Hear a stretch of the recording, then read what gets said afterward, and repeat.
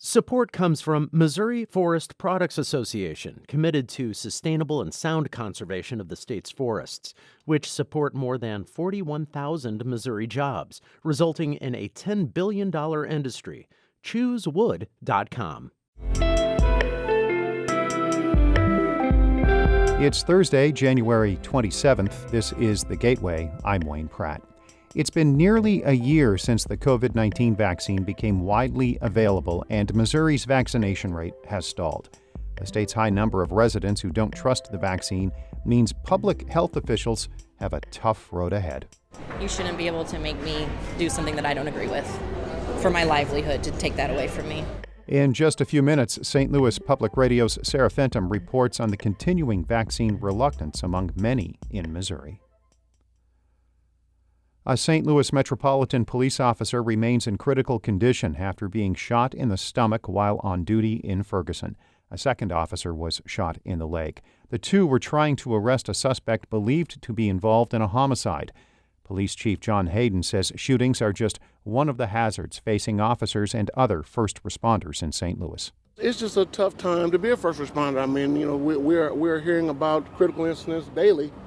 And it's just tough, hey, officers out here working hard, doing everything that they can to keep people safe, and we keep having these critical incidents. Hayden says St. Louis County is investigating yesterday's shooting and has 4 people in custody. A suspect was also shot during the incident, but investigators are not saying if that person was shot by an officer. Republicans in the Missouri Senate are fighting over how to divvy up the state's 8 congressional districts. Senators worked behind closed doors yesterday to try to come to a compromise on new district lines, but quit for the day without taking a vote. Lawmakers are redrawing the boundaries of congressional districts to account for population changes noted in the 2020 census. The plan, backed by GOP leaders, is projected to continue the current political divide of 6 Republican and 2 Democratic representatives. Some Republicans want to draw lines to give the GOP a shot at winning 7 seats. The Metro East is set to receive millions of dollars to improve public transportation and the region's ports. St. Louis Public Radio's Eric Schmid reports the state funding is part of a more than $200 million announcement by Illinois Governor J.B. Pritzker. The St. Clair County Mass Transit District will get about $10 million for a new building that will house county sheriff's deputies, 911 dispatching, and a transit control center for Metrolink. America's Central Port in Granite City and Mid-America Intermodal Port in Quincy will receive a combined $34 million to improve their capacities and efficiencies. Illinois Transportation Secretary Omar Osman says the projects are tailored to what each community needs. We went looking for ideas from our partners at the local level on how to best improve their facilities and the services they provide. Osman says the funding will further strengthen Illinois' entire transportation system and create long-term job growth. In East St. Louis, I'm Eric Schmid, St. Louis Public Radio. Metro Transit is searching for a new executive director. The Bi-State Development Agency says Jessica Meffert-Miller has left the organization. She had been executive director since 2018. Executive Vice President of Organizational Effectiveness Charles Stewart is leading the service now. On an interim basis, the Post-Dispatch reports a national search will take place for a permanent executive director. A company that was originally denied a medical marijuana license by Missouri should get one after all.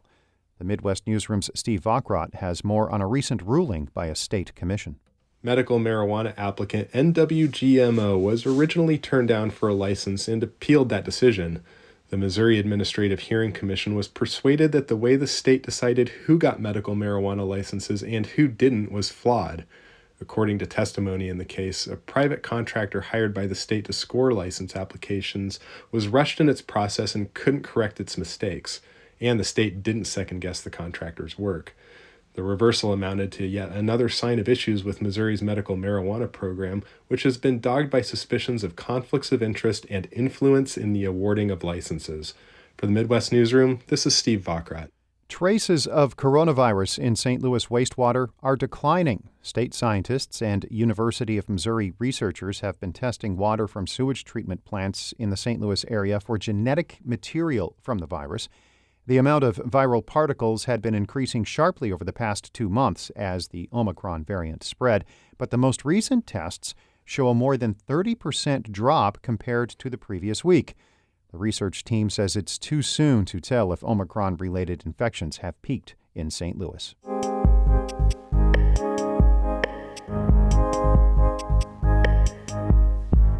About 55% of Missouri residents are fully vaccinated against the coronavirus.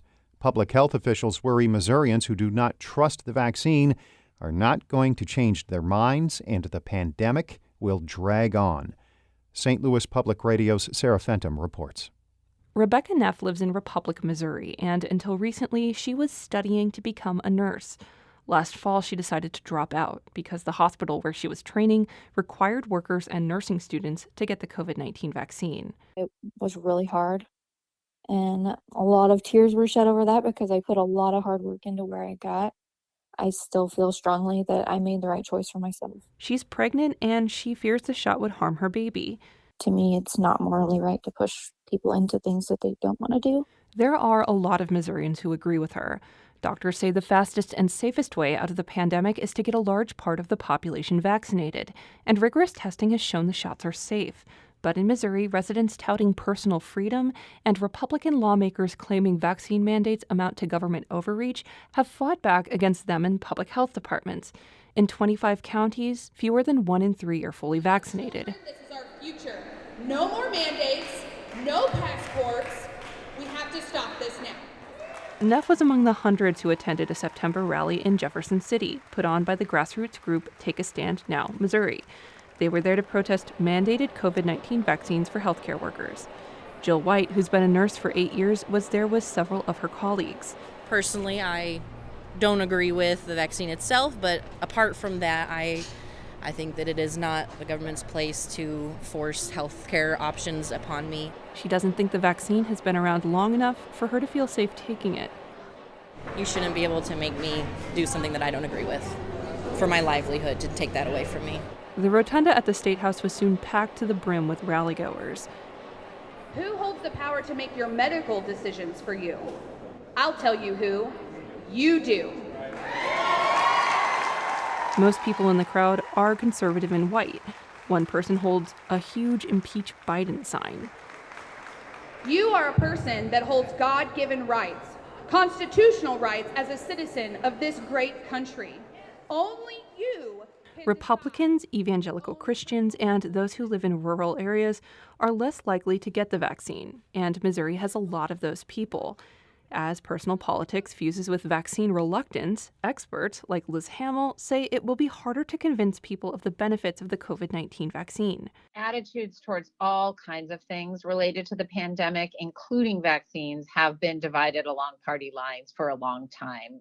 Hamill is the director of public opinion and survey research at the Kaiser Family Foundation. It's interesting, if you ask people directly who say they don't want to get the vaccine, why they don't want to get the vaccine, they don't mention politics for the most part. They mention things like the newness of the vaccine and the side effects and sort of the unknown long-term effects. But Hamill says political affiliation has become the biggest predictor of whether people will get the vaccine. Republicans aren't getting it as much, and in a state where all but 4 counties voted Republican in the last presidential election, that's a big deal. So why don't Republicans want the vaccine? The vast majority of Republicans believe getting the vaccine should be a personal choice, not the job of mandates from officials. That's according to Kaiser's polling. Most Democrats believe they have the responsibility to others to get vaccinated to protect public health. Doctors say unvaccinated people make up the majority of people hospitalized with COVID-19. Darushana Mathalingam is an infectious disease doctor at Mercy and SSM Health in St. Louis. She sees the effects of anti-vaccine rhetoric firsthand. But once people are in the hospital, it's often too late to educate them. So when I see somebody and they're coming in, they're gasping for breath and on a big machine, I try to be compassionate and I just try to get the information, which is that they're not vaccinated. It's not just a matter of doctrine. People are getting bad information. But then you're kind of pushing against this other ecosystem that has other agendas. They really genuinely, authentically don't have a good sense of how to judge that information. Mutalingam says some people will never be convinced, but there's a portion who could be. Missouri's health officials say the state can increase its vaccination rate to 60% or higher. They think even the vaccine hesitant can be convinced with some work. But with Missouri's high numbers of freedom-touting conservatives, they have their work cut out for them. I'm Sarah Fenton, St. Louis Public Radio.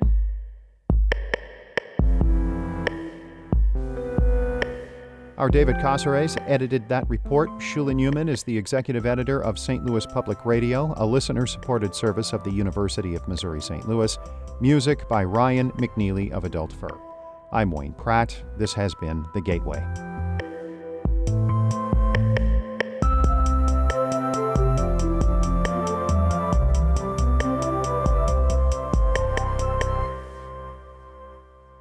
Support comes from Missouri Forest Products Association, committed to sustainable and sound conservation of the state's forests, which support more than 41,000 Missouri jobs, resulting in a $10 billion industry. ChooseWood.com.